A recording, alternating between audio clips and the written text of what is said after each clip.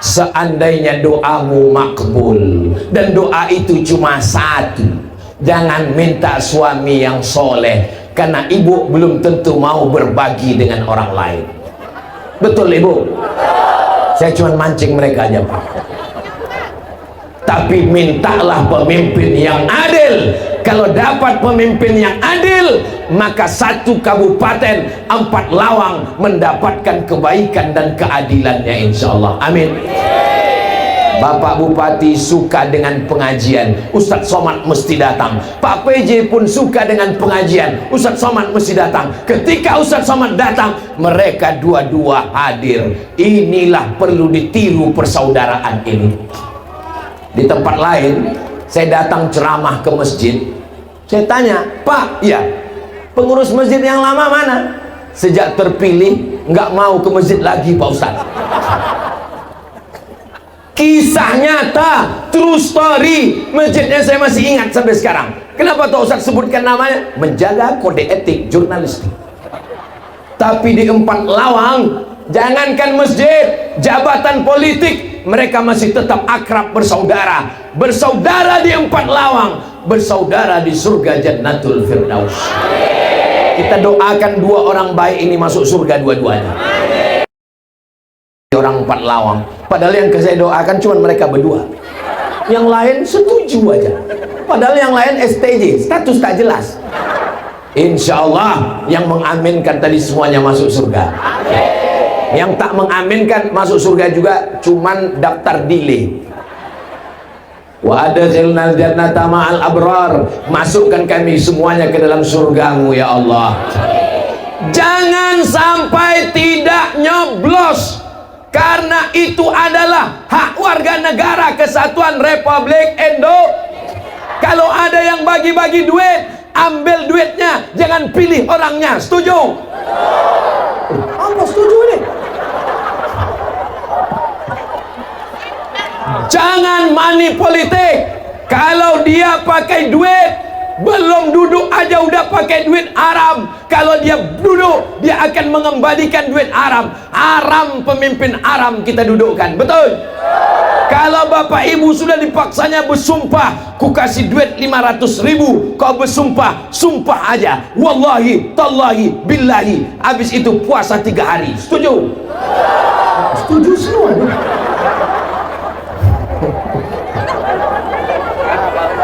Kalau dia bagi duit, dia memaksa, diambilnya fotokopi KTP, lapor ke Pak Kapolres. Setuju? Ambil dulu duitnya, baru lapor. Ini orang-orang jujur semua. Apapun kata saya, setuju aja. Entah karena kepanasan, wallahu a'lam. Ini kalau ditengok-tengok tenda ini, saya lama juga. Gimana orang ini mendesain tenda?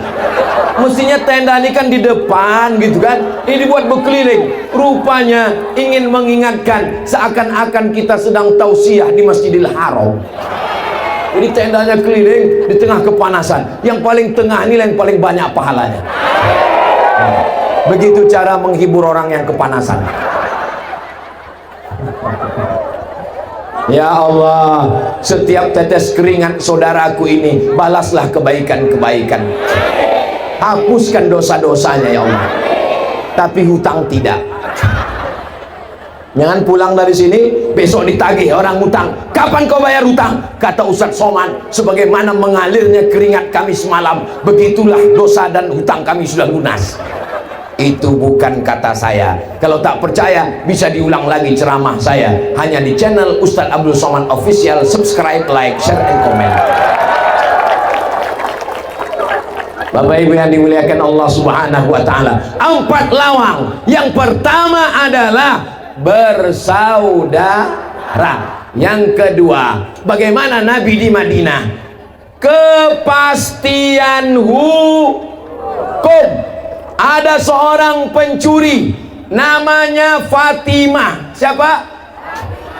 Teringat pula saya istri saya di rumah. Fatimah bintil Aswad mencuri. Lalu mereka melobi Nabi, bagaimana kalau dia jangan dipotong tangannya, karena dia anak kepala suku, malu kalau potong tangan.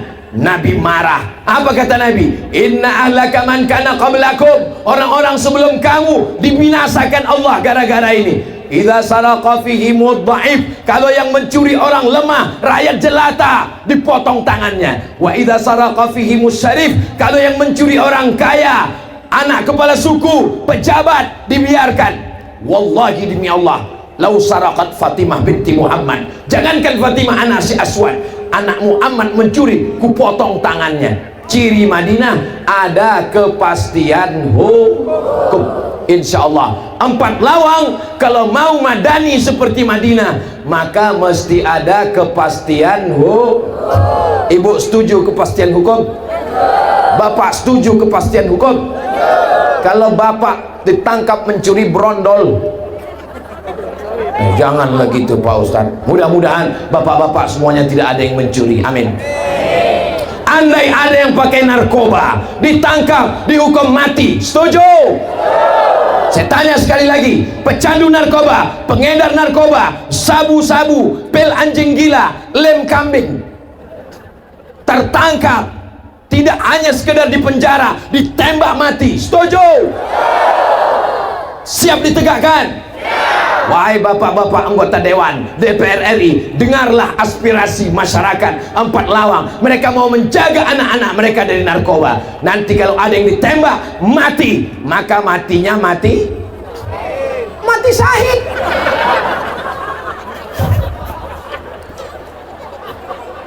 Mati syahid itu di Palestina, bukan bawa narkoba, mati konyol. Ya Allah, selamatkanlah anak muda kami dari narkoba, ya Allah. Yang SD insya Allah bisa kita jaga di rumah. Ibu bisa jaga anak SD di rumah. Bapak bisa jaga anak SD. Anak SD ditangkap Pak Kapolsek gara-gara beli lem kambing di toko bangunan. Mabuknya ya macam kambing itulah. Ditangkap Pak Kapolsek, ditempeleng Pak Kapolsek, kelopak. Apa kata dia? Saya tak takut sama Pak Kapolsek, saya cuma takut sama Allah. Itu yang cerita ke saya. Langsung Pak Kades, udah kacau negara kita nih Pak Ustadz. Bagaimana negara kita ke depan kalau anak-anaknya dirusak oleh narko? Saya pernah ceramah di kantor Kemenkumham. Bapak Kanwilnya Kristen, tidak Islam. Apa kata Pak Kanwil? Ustadz Somad, saya setuju pengedar narkoba tembak mati. Loh, kenapa Bapak setuju? Bapak tak Islam. Kalau dalam Islam, karena dia membahayakan nyawa balas nyawa, karena dia sudah menghilangkan nyawa orang, mati. Apa dasar Bapak? Apa kata Pak Kanwil? Jeritan orang yang sehat kena narkoba tidak sebanding dengan jeritan mereka yang jualan narkoba untuk memperkaya diri. Mereka memang layak ditembak mati. Bapak Ibu setuju? Ya Allah, jaga 4 lawang ini dari narkoba, ya Allah. Jaga 4 lawang ini dari khamar, judi, zina, LGBT. Alhamdulillah, anak-anak mudanya gagah-gagah. Itu yang pakai baju hijau, pakai topi hijau. Apa tulisan di segitiga itu? Hah? Ansor, anak-anak Ansor, Masya Allah, tabarakallah. Hari ini yang mengawal saya 3 lapis. Lapisan pertama TNI, lapisan kedua Polri, lapisan ketiga Satpol PP, lapisan keempat Banser dan Ansor. Allahu Akbar. Kalau anak-anak muda kita ini dididik dengan baik, militan, insya Allah selamat dari zina, selamat dari prostitusi, selamat dari narkoba, selamat dari judi. Dulu orang kalau mau main judi panggil tetangga, betul? Yang bilang betul ini pernah main nampaknya. Sekarang di dalam rumah dikunci, di dalam kamar dikunci, di dalam toilet dikunci, bisa main judi. Namanya judi. Oh, tahu semua nih. Curiga pula saya. Kita doakan bapak-bapak di polisi, di Polri punya kekuatan untuk memberantas ini, insya Allah. Amin. Istrinya di rumah, istri-istri solihah yang tidak mau menerima duit haram. Amin. Pulang Pak pejabat ke rumah, apa kata dia ke istrinya? Istriku, tadi ada orang judi online bawa duit 1 koper, mau meminta izin. Kata saya tidak mau bawa duit 1 koper, saya tidak mau kasih anak bini saya makan haram. Maka suami seperti ini adalah suami yang bertakwa. Wah, dulu begitu. Dulu suami yang begini disebut bertakwa. Sekarang kalau dia cerita ke istrinya, kata istrinya, suami bodoh. Di balik bapak polisi yang tegar, di balik bapak TNI yang kuat, di balik pejabat yang berintegritas, ada istri solihah di rumah yang selalu mendoakannya, insya Allah. Amin. Apa kata Pak PJ tadi? Itu Qori'ah itu istri saya tuh Pak Ustaz. Gara-gara dia Qori'ah itulah saya nikah dengan dia. Masya Allah, tabarakallah. Cantik karena rupa, wajah akan berubah. Cantik karena harta, harta akan hilang melayang. Tapi kalau cantik karena takwa kepada Allah, sampai ke surga tetap bersama. Amin. Bapak-bapak, adik-adik yang punya usaha sablon baju kaos, boleh ditulis di belakang. Cantik karena rupa akan terbang melayang. Cantik karena harta akan hilang. Cantik karena Allah, itulah yang kekal abadi hingga ke surga. Tapi baju kaosnya jangan dipakai sholat Jumat. Nanti orang nengok di belakang.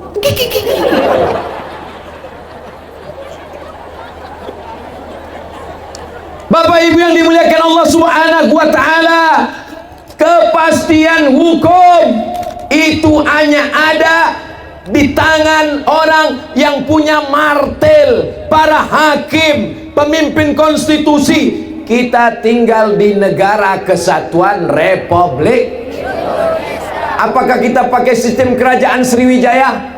Tidak, kita tidak pakai raja, tapi kita pakai sistem demokrasi. Dalam demokrasi, orang dipilih, anggota dewan dipilih, anggota DPD dipilih. Siapa yang memilih mereka? Rakyat. Kalau begitu kekuasaan tertinggi negara ini di tangan siapa? Siap memilih orang yang baik untuk mengeluarkan perda, peraturan daerah. Bapak polisi tidak bisa menangkap orang yang jualan khamar di pinggir jalan. Kalau ada orang jualan khamar pinggir jalan, bisa tak ditangkap? Nggak bisa. Nggak bisa, guys.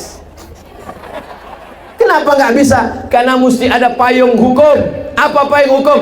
Perda, peraturan daerah Kabupaten 4 Lawang tidak boleh jual khamar sembarangan. Siapa yang mengeluarkan perda? Anggota DPRD. Siapa yang milih anggota DPRD? Paham? Jelas? Kalau mau kepastian hukum, pilihlah orang yang buat perda. Bapak polisi yang punya pistol, pistolnya tak bisa meletus kalau tidak ada aturan, undang-undang dari negara, perda dari kabupaten. Ceramah tidak selesai, ustadz ceramah berapi-api di masjid, jangan pakai narkoba. Yang pakai narkoba atau sholat Jumat? Jangan minum khamar. Sampai keluar masjid, baru 2 belokan, orang sudah jual khamar. Kata ustadz, kenapa kau jual khamar? Emang masalah buat lo? Ceramah saya di pinggir jalan, tempat orang jual khamar. Ya ayyuhalladzina kafaru, hai orang-orang yang ingkar, kenapa kalian jual khamar? Langsung mereka usir, pergi kau sana somat. Saya tak ada kekuasaan. Tapi ketika ada payung hukumnya, ada perdanya, ada undang-undangnya, maka TNI Polri bisa bersikap, bisa menangkap. Itulah pentingnya kepastian hukum dari masyarakat yang mengerti dengan hukum. Kira-kira yang saya sampaikan ini jelas? Paham? Bisa ditangkap? Alhamdulillah. Siapa yang ditangkap? Pengedar narkoba. 4 Lawang. Tinggal berapa lagi? Saya ingat, cuman ngetes saja. Orang ini ingat apa tidak? Masya Allah, so sweet. Begitulah Ustadz Ali ini pedulinya sama saya. Sampai keringat saya menetes pun dia tahu. Apa tak sayang istrinya sama dia? Sama kita aja dia peduli, apalagi sama orang rumahnya.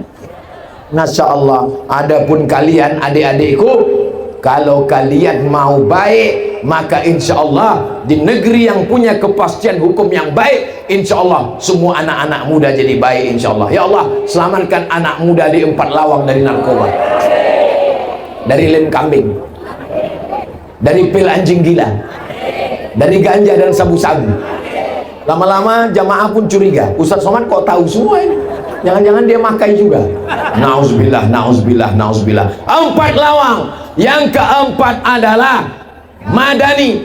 Nabi keberapa? Ketiga. Saya pura-pura salah aja tadi. Yang ketiga adalah Nabi Muhammad di Madinah itu pertama mempersaudarakan, yang kedua kepastian hukum, yang ketiga membangun masjid. Ini 4 lawang. Kenapa pengajiannya tidak di masjid? Kenapa pengajiannya di tanah lapang? Karena tidak sanggup menampung jamaah sebesar ini. Kalau dibawa ke masjid, meletup masjidnya. Saya memang minta ceramah kalau subuh di masjid, tapi kalau malam sama siang jangan di masjid. Itu memang permintaan saya. Saya minta ceramah di tanah lapang, saya minta ceramah di stadion, saya minta ceramah di lapangan. Kenapa? Karena banyak orang yang takut ke masjid. Banyak orang takut ke masjid. Terus ditanya, kau kenapa tak ke masjid?